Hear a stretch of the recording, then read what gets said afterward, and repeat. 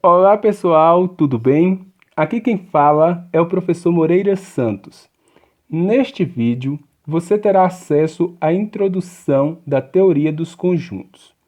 Desde já, peço a sua ajuda para que eu possa continuar produzindo aulas de matemática para a educação básica, concursos e Enem.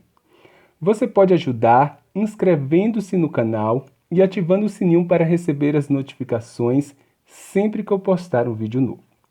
Pode ajudar também deixando seu like e compartilhando este vídeo com outras pessoas.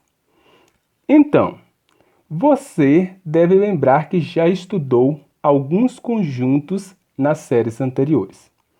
Como você explicaria o que é um conjunto? Coloque nos comentários. Bom, em matemática, há conceitos que são admitidos sem definição. São os chamados conceitos primitivos. Por exemplo, em geometria, os conceitos de pontos, reta e plano são primitivos. Na teoria dos conjuntos, os conceitos primitivos são conjunto, elemento de um conjunto e pertinência entre elementos e conjunto. Um conjunto é uma coleção qualquer de objetos. Temos aqui alguns exemplos. No primeiro exemplo, temos aqui conjunto das unidades federativas da região centro-oeste do Brasil. Podemos representar este conjunto pela letra A, sempre maiúscula. Coloca o sinal de igual, abre chave. Depois, a gente coloca o nome dos estados que compõem a região centro-oeste do Brasil. E quais são? Mato Grosso,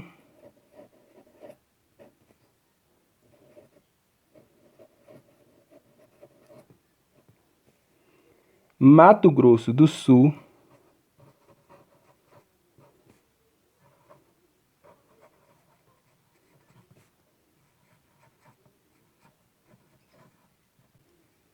Goiás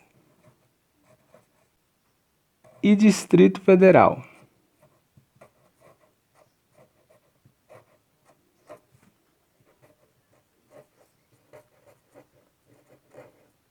Fecha chaves. Observe que cada elemento é o nome de cada unidade federativa. Mato Grosso do Sul, Goiás e Distrito Federal está separado aqui por vírgulas.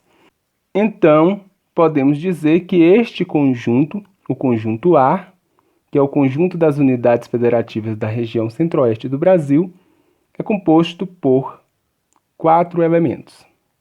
1, Mato Grosso, 2, Mato Grosso do Sul, 3, Goiás e 4, Distrito Federal. O segundo exemplo, temos aqui o conjunto dos números primos. Podemos representar o conjunto dos números primos pela letra B, sempre maiúscula, sinal de igual, abre chave. E aqui a gente coloca os números primos, que são aqueles que são divisíveis por 1 e por ele mesmo. 2, 3, 5, 7, 11, 13, reticências, porque são infinitos. Observe que está entre chaves e separado por vírgula. O terceiro exemplo, conjunto das cores da bandeira do Brasil. Podemos representar pela letra C, maiúscula, sinal de igual, abre chave. E agora eu coloco as cores da bandeira do Brasil. Quais são as cores? Verde, azul, amarelo e branco.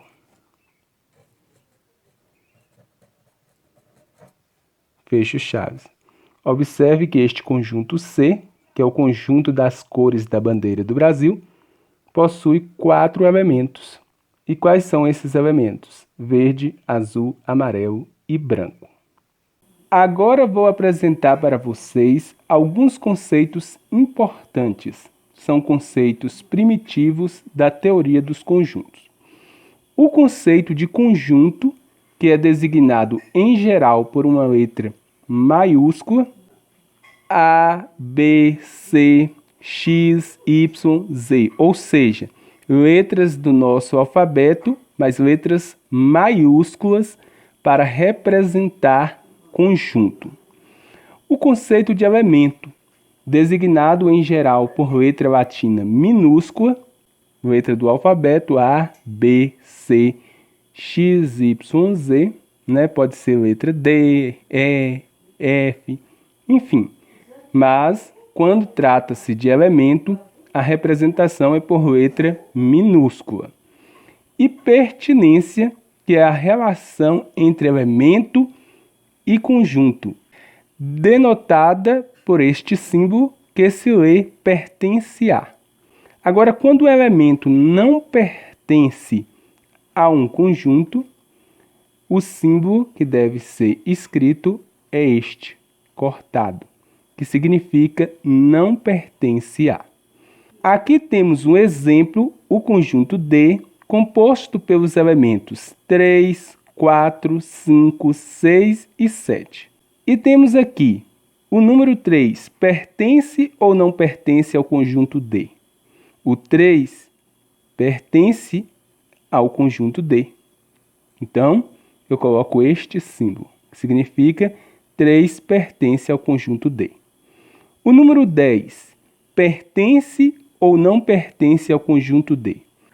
O número 10 não aparece aqui no conjunto D, então não pertence ao conjunto D. Logo, eu escrevo não pertence. É este símbolo cortado. O número 5 pertence ou não pertence ao conjunto D?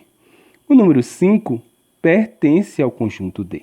Logo, eu coloco este símbolo, que significa pertence. 5 pertence ao conjunto D. E o número 8? 8 pertence ao conjunto D? Não, o 8 não aparece aqui no conjunto D, logo não pertence. Sendo assim, eu escrevo da seguinte forma: o símbolo de pertence cortado, que significa não pertence. Assim temos que 8 não pertence ao conjunto D. Aqui temos mais um exemplo e a partir dele vamos aprender as diferentes formas de representar um conjunto. O exemplo diz o seguinte: seja D o conjunto cujos elementos são todos os divisores positivos de 20. Podemos representar este conjunto colocando seus elementos entre chaves e separados por vírgulas. É importante dizer que a letra que representa o conjunto deve ser maiúscula. Vamos representar pela letra E. Coloco o sinal de igual, abre chaves e vamos colocar os elementos. Quais são os elementos? São todos os divisores positivos de 20. Quais são os divisores positivos de 20? 1, porque 20 é divisível por 1. Por 2, porque 20 dividido por 2 é igual a 10. Por 3, não é divisível. Por 4, sim, porque 20 dividido por 4 é igual a 5. Por 5, é divisível, porque 20 dividido por 5 é igual a 4. Agora, por 10, porque 20 dividido por 10 é igual a 2. E por ele mesmo, ou seja, por 20, porque 20 dividido por 20 é igual a 1. Fecho chave. Esta forma de representação, em que os elementos ficam entre chaves e separado por vírgula, recebe o nome de representação tabular. Outra maneira de representar um conjunto é apresentando condições que definem seus elementos. Então, podemos representar este conjunto E da seguinte forma. Abre chaves e colocamos x tal que x é divisor positivo de 20. Então, coloco que x é divisor positivo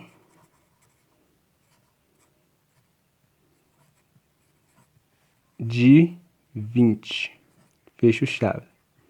Esta forma de representar recebe o nome de representação por uma propriedade. É quando a gente coloca condições que definem os seus elementos. E quais são as condições? Divisor positivo de 20, neste exemplo. Pode ser outras condições. Este risquinho lê-se tal que. Então, podemos ler este conjunto da seguinte forma.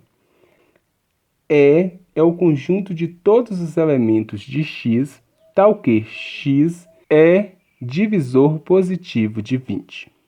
Podemos representar este conjunto também através do diagrama de Venn, que é quando a gente representa os elementos com pontos interiores a uma região plana, delimitada por uma linha fechada que não se entrelaça.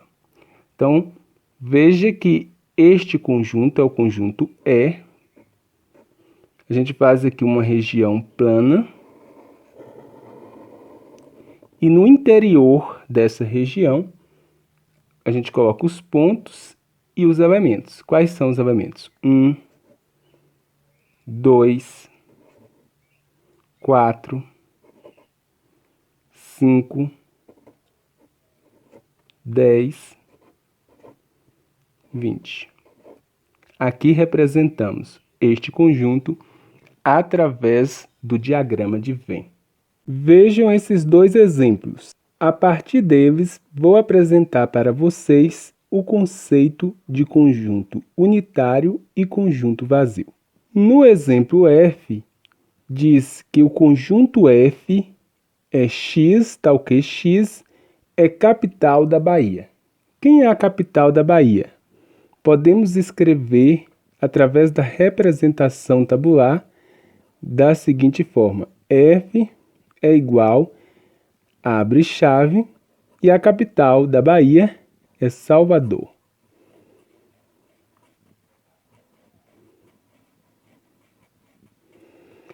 A Bahia tem apenas uma capital. Então, veja que este conjunto é composto por apenas um elemento. Se o conjunto é formado apenas por um elemento, podemos afirmar que este conjunto é um conjunto unitário.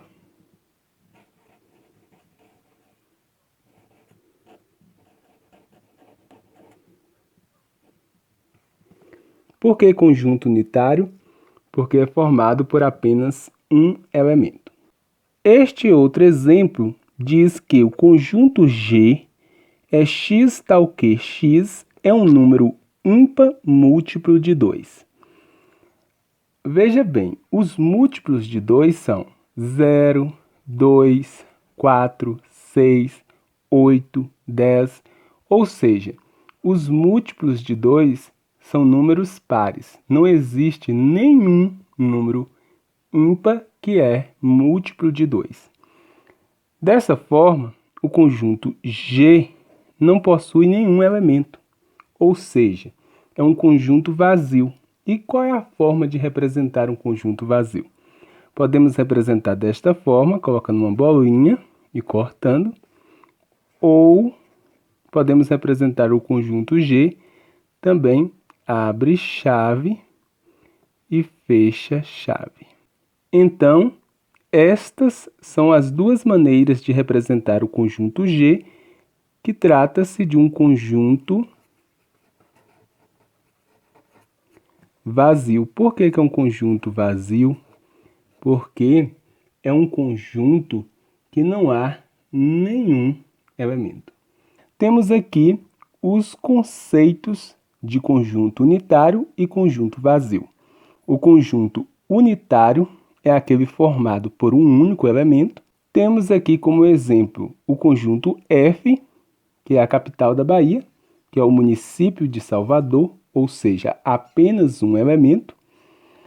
E o conjunto vazio é aquele que não possui elemento algum. Representa-se o conjunto vazio por a bolinha cortada ou abre chave, fecha chave. Temos aqui o conjunto G, que é um conjunto vazio, porque não existe número que seja ímpar e múltiplo de 2 ao mesmo tempo.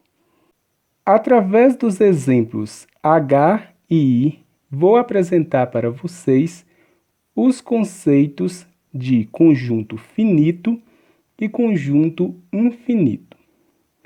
No exemplo H, temos o conjunto H formado pelos seguintes elementos: A, B, C, D, E, F. Este conjunto possui 1, 2, 3, 4, 5, 6 elementos. Observe que foi possível contar o número de elementos deste conjunto. Se foi possível contar e chegar ao final da contagem, então podemos dizer que este conjunto é finito.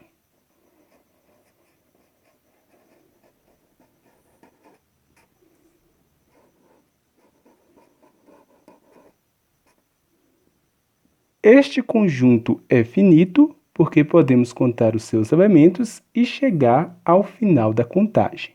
Um outro exemplo de conjunto finito é o conjunto vazio, representado desta forma ou desta forma, abre chave, fecha chave. Entre outros exemplos, o conjunto da população brasileira é um exemplo de conjunto finito, porque é possível contar e chegar ao final da contagem. No exemplo I, temos o conjunto dos números naturais, que é composto pelos seguintes elementos: 1, 2, 3, 4, reticências. Reticência significa que não há fim. Existem infinitos elementos. Podemos continuar aqui contando que não vamos chegar ao fim. Então, isso significa que esse conjunto é infinito.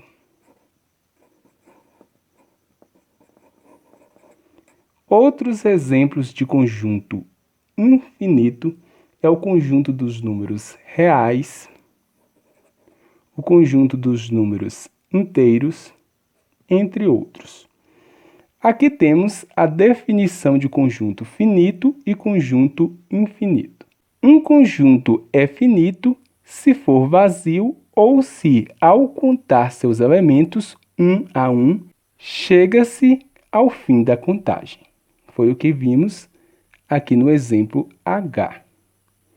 Já o conjunto infinito é todo conjunto que não é finito. Aquele que não é finito é infinito.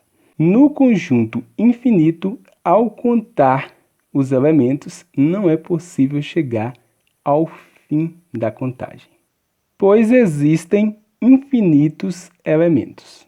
Outro conceito importante que podemos destacar é o de conjunto universo, geralmente denotado por UR.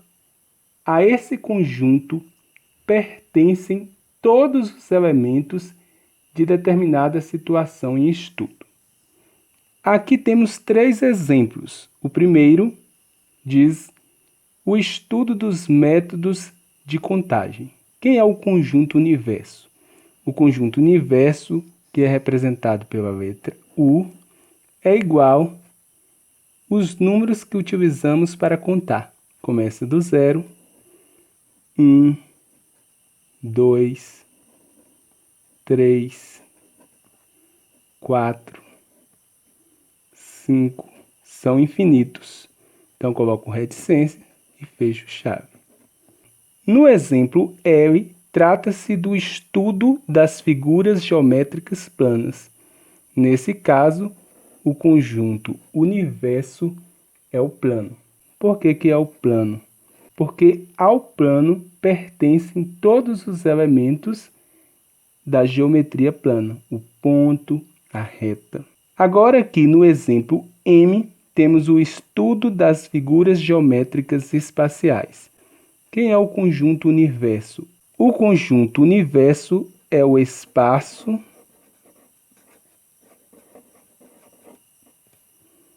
tridimensional.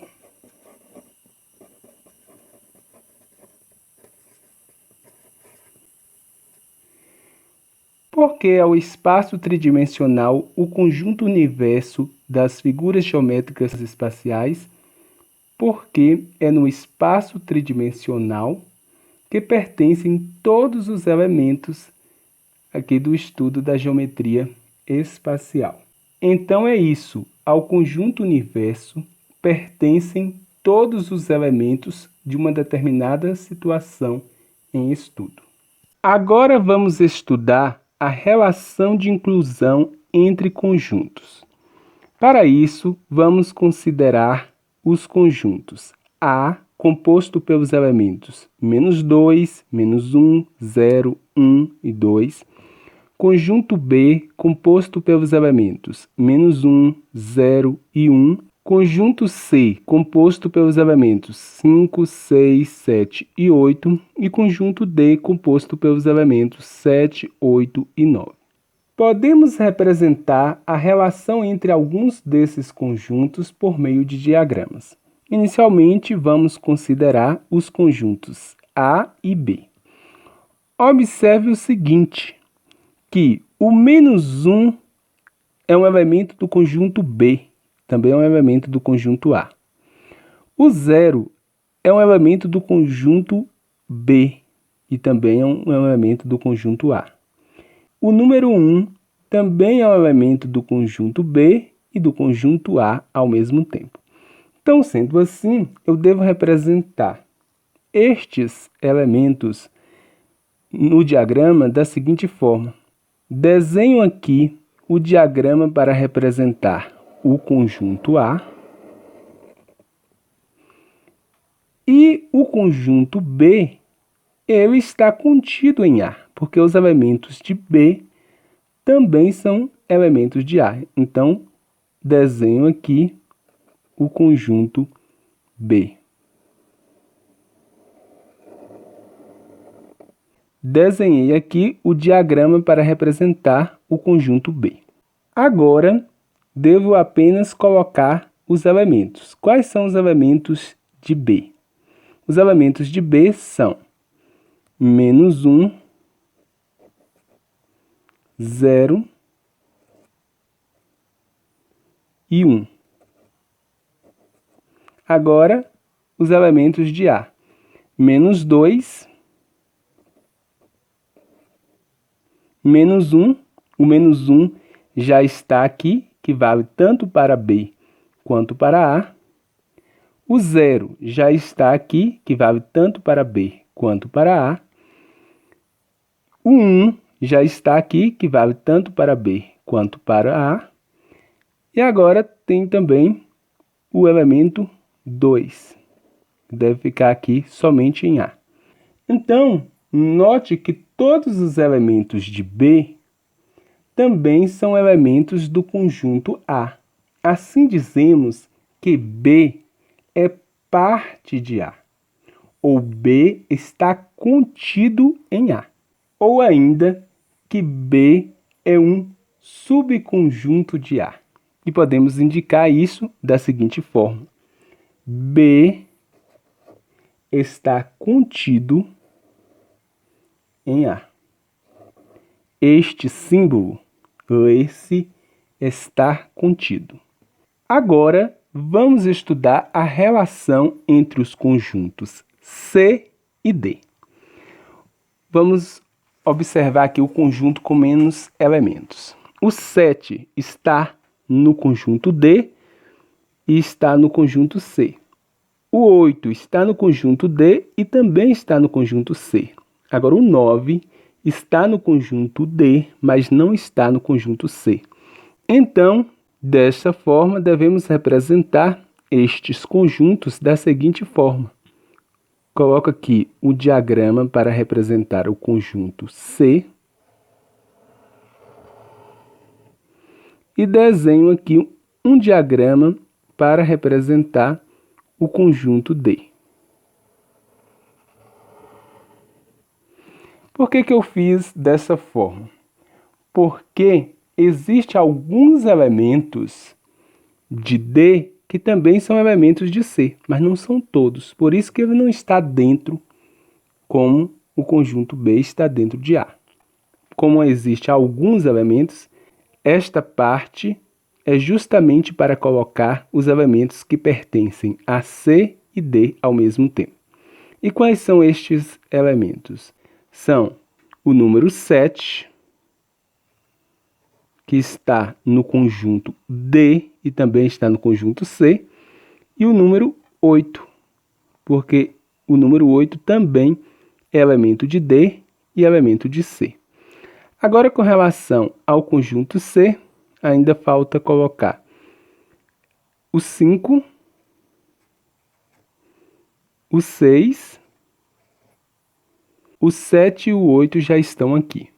Agora, com relação ao conjunto D, o 7 e o 8 já estão aqui, faltam apenas o elemento 9. Note que há elemento do conjunto D que não é elemento do conjunto C, no caso, o elemento 9. Assim dizemos que D não é parte de C, ou D não está contido em C, ou ainda que D não é um subconjunto de C. Indicamos que D não está contido em C. Quando aparece este símbolo cortado, esse não está contido. E por que que D não está contido em C? Justamente porque o elemento 9 não pertence ao conjunto C. Ou seja, nem todos os elementos de D pertencem ao conjunto C. Sobre subconjunto, temos aqui uma observação importante. Dizer que um conjunto B é subconjunto de um conjunto A equivale a dizer que, se X é elemento de B, então X é elemento de A. Aqui temos um exemplo. B é subconjunto de A. Por que que B é subconjunto de A? Porque todos os elementos de B são também elementos de A. Agora, neste caso, D não é subconjunto de C, porque nem todos os elementos de D são elementos de C. O 9, por exemplo, é um elemento de D, mas não é um elemento de C. Portanto, D não está contido em C e podemos afirmar que D não é subconjunto de C. Agora vamos destacar algumas propriedades da relação de inclusão entre conjuntos. Para isso, vamos considerar 3 conjuntos quaisquer: conjunto A, conjunto B e conjunto C. A primeira propriedade diz que o conjunto vazio está contido em A. Ou melhor, o conjunto vazio ele está contido em qualquer conjunto. Já a segunda propriedade reflexiva, diz que A está contido em A. O que isso significa? Significa dizer que um conjunto qualquer está contido em si mesmo. Ou seja, qualquer conjunto está contido em si mesmo. A terceira propriedade antissimétrica, diz que se A está contido em B e B está contido em A, então A é igual a B. Por exemplo, se A for igual 1, 2 e B for 2, 1, observe que A está contido em B, porque o 2 é elemento de A e o 1 também é elemento de A. Então, B está contido em A e A está contido em B, porque 1 é elemento de A e é elemento de B, e 2 é elemento de A e é elemento de B. Então, portanto, os dois conjuntos são iguais.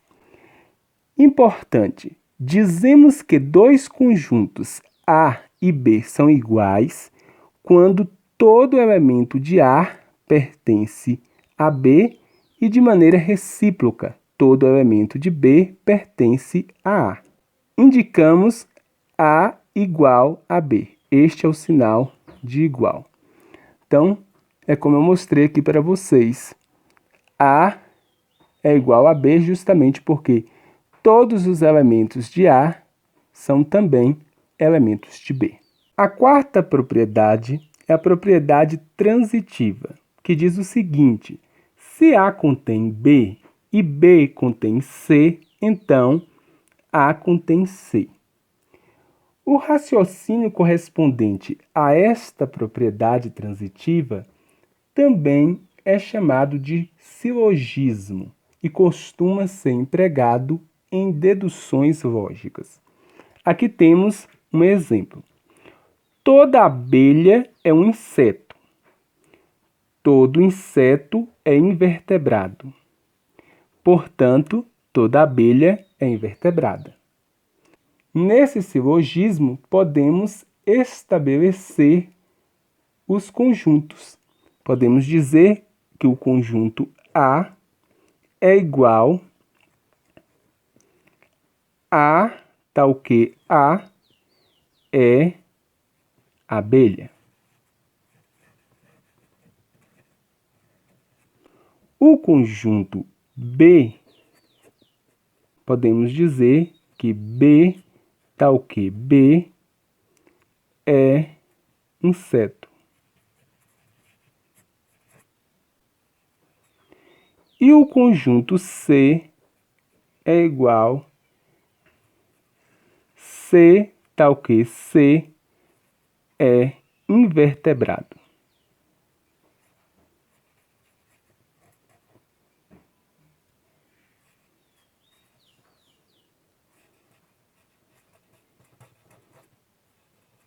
De acordo com as preposições enunciadas aqui no exemplo, vale a propriedade transitiva, ou seja, toda abelha é um inseto.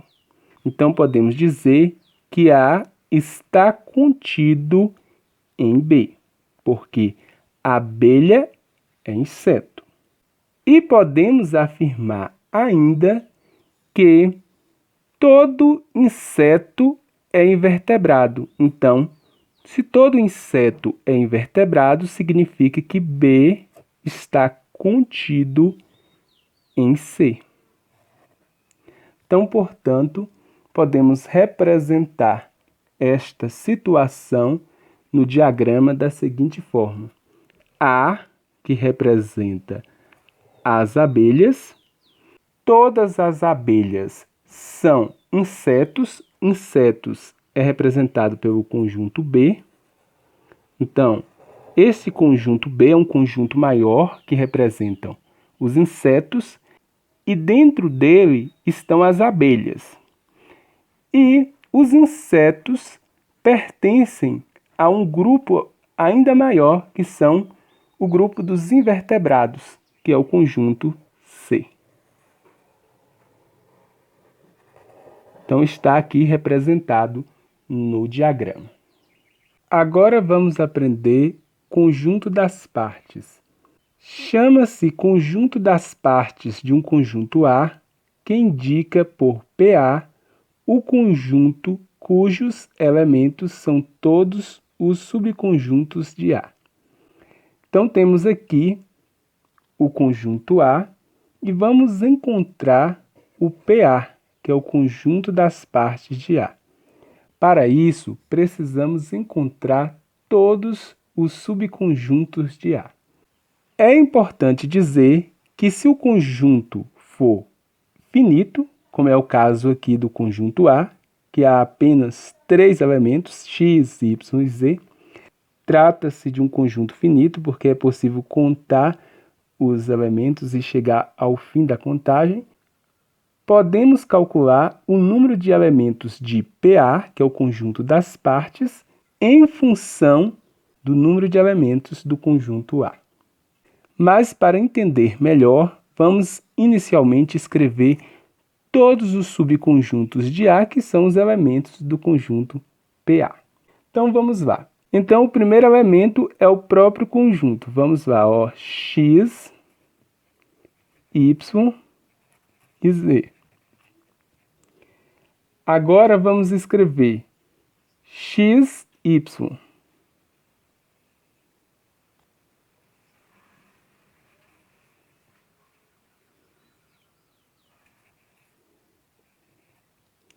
Vamos escrever agora o x com z.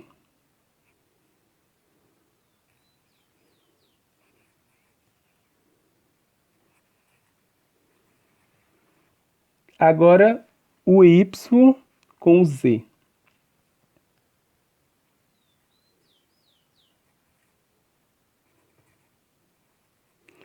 O y com o x não pode, porque eu já tenho aqui x e y, no caso é o mesmo subconjunto. Agora vamos escrever cada elemento separado, ó. X. Agora somente o y. E agora somente o z. E por fim, não podemos esquecer do conjunto vazio, que está contido em todo conjunto. Então, agora podemos fechar chave, porque terminamos de escrever todos os elementos desse conjunto das partes do conjunto A. Temos aqui quantos elementos? 1, 2, 3, 4, 5, 6, 7, 8 elementos. Assim temos que PA, o conjunto das partes de A, tem 8 elementos. Ou seja, 2 elevado a 3 é igual a 8 elementos. Logo, o número de subconjuntos do conjunto A é dado pelo produto 2 vezes 2 vezes 2, que é igual a 8. Para vocês entenderem essa multiplicação, vou apresentar para vocês uma propriedade. A propriedade diz o seguinte: se o conjunto A possui n elementos, então o conjunto PA, que é o conjunto das partes do conjunto A, possui 2 elevado a n elementos. Para compreender melhor, vamos aos exemplos. Neste primeiro exemplo, temos um conjunto A formado pelos elementos 1, 2, 3, 4, 5. E a gente precisa encontrar o número de elementos do conjunto das partes de A. Se o conjunto A possui 1, 2, 3, 4, 5 elementos, o conjunto das partes de A possui 2 elevado a 5, porque no lugar do n eu coloco um 5. 2 elevado a 5 é 2 vezes 2 vezes 2 vezes 2 vezes 2. 5 vezes. 2 vezes 2, 4. 4 vezes 2, 8. 8 vezes 2, 16. 16 vezes 2, igual a 32. Ou seja, o conjunto das partes deste conjunto A possui 32 elementos. Neste segundo exemplo, o conjunto B possui apenas um elemento. Então, o conjunto das partes de B é igual, a fórmula é 2 elevado a n. 2 elevado a n. Quem é n? 2 elevado. No lugar do n, eu coloco o número de elementos do conjunto. Aqui possui apenas um elemento. Então, eu coloco 2 elevado a 1. 2 elevado a 1 é 2. Então, o conjunto das partes do conjunto B é igual a 2. No exemplo C, temos aqui o conjunto vazio. Logo, o conjunto das partes de C é igual a 2 elevado a n. No lugar do n, eu vou colocar o número de elementos. Se é um conjunto vazio, não possui nenhum elemento. 2 elevado a 0 é igual a 1. Ou seja, qualquer número elevado a 0, o resultado é 1. Ou seja, o conjunto das partes de C possui apenas um elemento.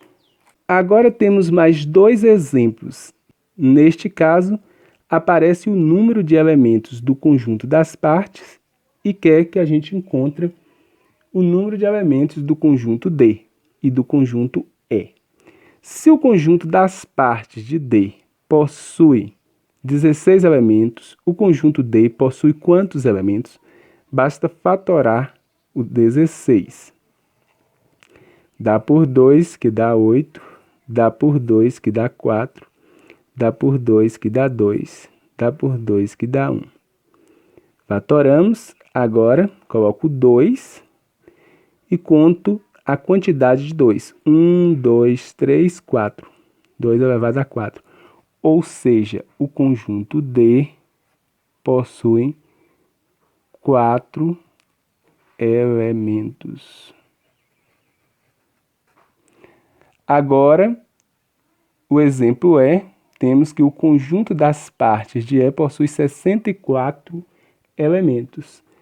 E o conjunto E possui quantos elementos? Basta fatorar o 64. Dá por 2, 32. Dá por 2, 16. Dá por 2, que dá 8. Dá por 2, que dá 4. Dá por 2, que dá 2. Dá por 2, que dá 1. Agora eu coloco aqui o número 2 e conta a quantidade de 2. 1, 2, 3, 4, 5, 6. Então veja aqui o expoente. O expoente é 6. Logo, eu posso afirmar que o conjunto E possui quantos elementos? 6 elementos. Igualdade de conjuntos. Dois conjuntos A e B são iguais se e somente se A contém B e B contém A. No exemplo A, temos um conjunto que é composto pelos elementos 1, 2, 3 e 4. E outro conjunto que é composto pelos elementos 4, 3, 2, 1. Esses dois conjuntos são iguais. Por quê? Porque todos os elementos deste primeiro conjunto são também elementos do segundo conjunto. O 1 está aqui e está aqui. O 2 está aqui e está aqui. O 3 está aqui e está aqui. O 4 está aqui e está aqui. Logo, esses dois conjuntos são iguais. E qual é o símbolo que representa que os dois conjuntos são iguais? São esses dois risquinhos. No segundo exemplo, temos um conjunto composto pelos elementos C, F, A, H. O outro conjunto, os elementos são A, C, F, H. Observe que C está no primeiro conjunto, está no segundo. F pertence ao primeiro, pertence ao segundo. A pertence ao primeiro, pertence ao segundo. H pertence ao primeiro e pertence ao segundo. Veja que todos os elementos que pertencem ao primeiro pertencem também ao segundo e não sobram elementos nem no primeiro nem no segundo conjunto. Logo, esses conjuntos são iguais e é representado por esses dois risquinhos. Os conjuntos vazios também são iguais, são representados por esses dois risquinhos. Ainda sobre igualdade de conjuntos, é importante dizer que indicamos que dois conjuntos A e B não são iguais. A gente coloca que o conjunto A é diferente do conjunto B, a gente coloca os dois risquinhos e corta, para dizer que é diferente de B. E é importante ressaltar que em um conjunto formado pelos elementos 4 e 5, e outro conjunto formado pelos elementos 4, 4, 5 e 5, observe que o primeiro conjunto é composto pelos elementos 4 e 5, e o segundo conjunto também composto pelos elementos 4 e 5, só que repetidos. Então, podemos afirmar que esses conjuntos são iguais, porque todo elemento do primeiro conjunto pertence ao segundo e todo elemento do segundo pertence ao primeiro. Por isso, convencionamos não repetir elementos em um conjunto. Não é convencional repetir elementos em um conjunto. Assim, ao afirmar que um conjunto possui N elementos, fica subentendido que esses elementos são distintos entre si, porque não é convencional repetir elementos. Então é isso, pessoal. Espero que vocês tenham compreendido os conteúdos que foram ensinados durante a aula. Qualquer dúvida, entre em contato através do Instagram, Construindo Conhecimento. Também pode deixar comentários. É importante ressaltar que, além da videoaula, você encontra o resumo da aula em PDF, que está na descrição do vídeo, e o plano de aula. Esta aula foi elaborada com base na BNCC, Base Nacional Comum Curricular. E não posso esquecer também de pedir a sua ajuda para continuar produzindo aulas para vocês. Você pode ajudar deixando seu like, inscrevendo-se no canal e ativando o sininho para receber as notificações sempre que eu postar um vídeo novo. Dúvidas? Deixe nos comentários. Muito obrigado pela atenção e até o próximo vídeo.